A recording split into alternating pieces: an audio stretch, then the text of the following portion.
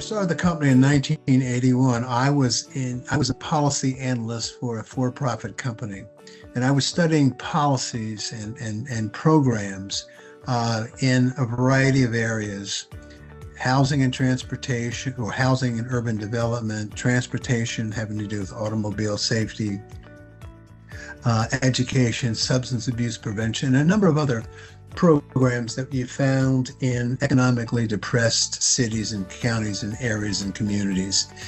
And it dawned on me as I was learning more about these programs over a period of years that each had its own objective, each had its own goal, and none of them worked together to support the community in a holistic way. That bothered me from the standpoint that we've got all these resources and all this talent providing these kinds of services in communities, and it's not working. So I founded KRA because I believe that sustained community economic independence really is cradled in and fostered by and developed by continued skilled work by members of that community. And without having workers developed, those communities would continue to stagnate and not grow.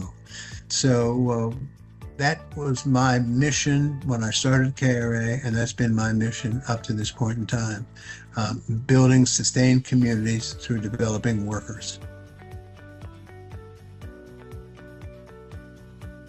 Vision, mission, and values constitutes our faith. It's what we believe in, it's what we practice. Of our three values, knowledge, responsibility, and achievement, knowledge is really the driving value that has allowed us to be as effective and grow as we have over the 45 years. As you know, we continue to invest heavily, frankly, in our development of staff. We invest internally through our learning lab, which has a variety of courses and other resource materials. We have several different committees that are run by employees in the company, whether we're talking about technology, whether we're talking about employee engagement, and whether we're talking about some other activities. All of these things provide an opportunity for individuals to grow, develop, and learn, and create that individual knowledge base within themselves. And I think it's that knowledge base that has allowed us to be as effective as we have been over these years. Again, internal education and training, external education and training by going to conferences and conventions, being speakers, running workshops. All of those interactions allow us to build up our cache of knowledge and information, not only about what we do here at KRA, what we do on the front line, what we do in administrative areas, but also what we're doing in the industry and how the industry functions, how the industry operates. So when I look back and look at the values and see how the values shape the company, we do a lot of good things with regard to achievement and responsibility, create great solutions. But underlying all of that is creating an employee culture that's based on continued education and learning. So I would really call out that knowledge value as being one of the reasons that we've continued to thrive in this whole area of uncertainty. I'm going to key on knowledge, because I think knowledge is one of the underlying and most important reasons why we've been able to stay straight and true to our mission and be successful when there's been so much uncertainty and turmoil. When I look back to see some of the changes in programs themselves, I don't think that there has been major shifts in policy, major shifts in programs, or structural changes in the industry that have negatively impacted us, because we are prepared for some of these eventualities.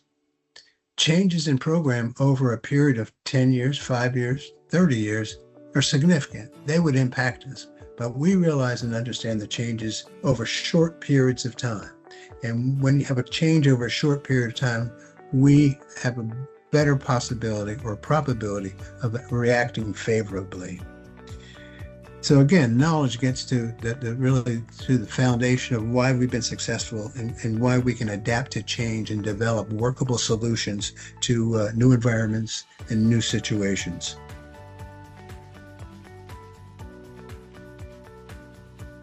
The biggest lesson that I learned through growth is that growth amplifies whatever already exists, both the good and the bad. If your vision isn't clear, confusion multiplies. If your culture isn't intentional, inconsistency spreads. So we became extremely disciplined about who we are, what we stand for, and what success looks like in all the markets in which we operate. Another critical shift was investing in leadership at every level. Sustainable growth isn't just about entering new markets and adding services. It's about building people who can lead those markets. Developing strong regional leaders and giving them both accountability and the autonomy has been really essential to our growth. Diversification also taught us to focus. Opportunity increases with scale, but not every opportunity is the right one. We've learned to evaluate growth through the lens of long-term strategies and values. Today, those lessons still guide us. We lead with clarity, we protect our culture, we invest in people, and grow with discipline.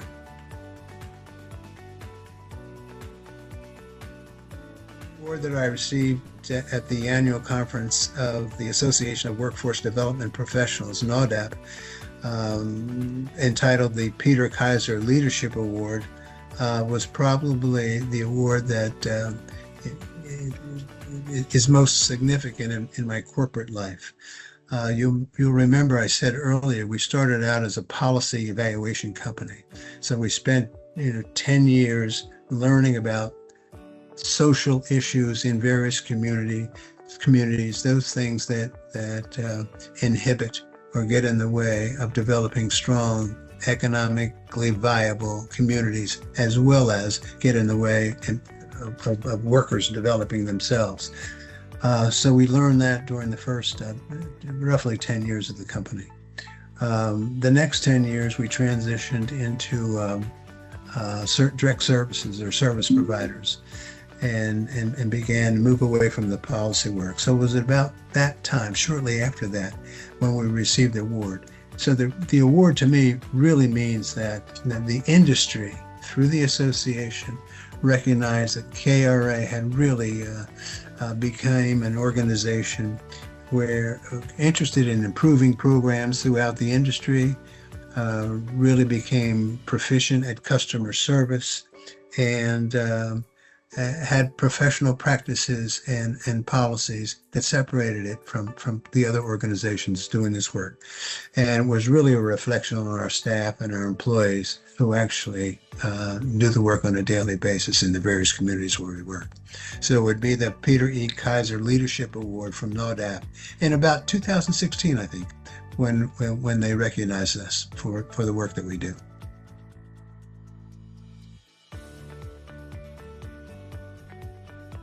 What comes to mind initially is that we're going to be able to leverage our 40-year history in the workforce in WEO and a variety of other programs and provide stable as well as innovative solutions during these times of economic struggle. I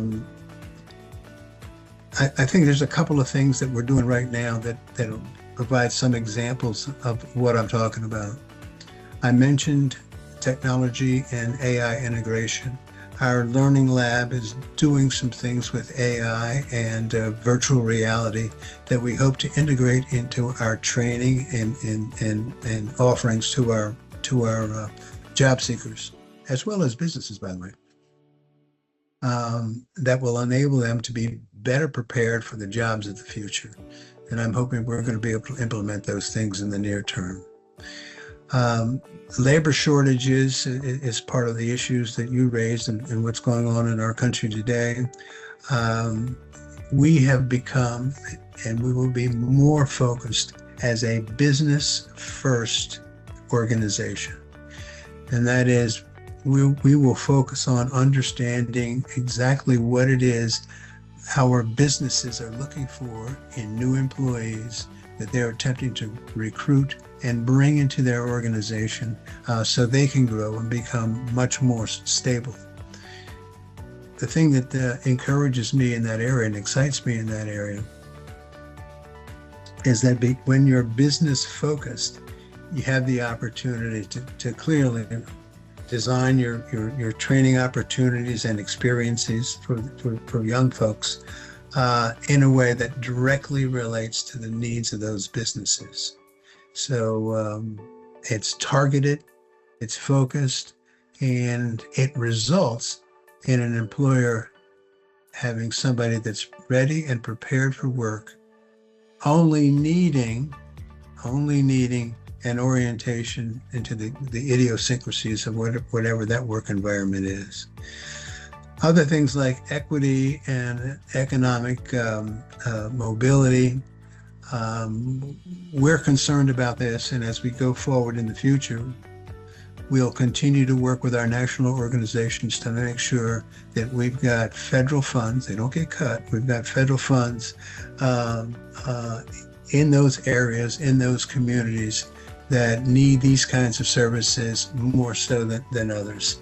We're committed to ensuring that traditional funding is retained, and those communities where economic stability is not apparent, we're going to be working with the national associations as they talk to our federal leaders to help make sure those funds are available.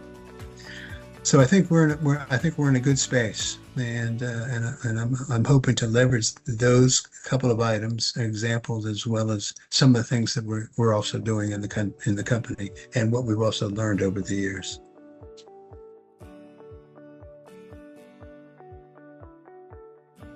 I hope folks will look back and say, KRA was a forward-thinking, innovative leader going beyond the traditional job placement functions to drive long-term economic mobility and resilience in the communities where they work.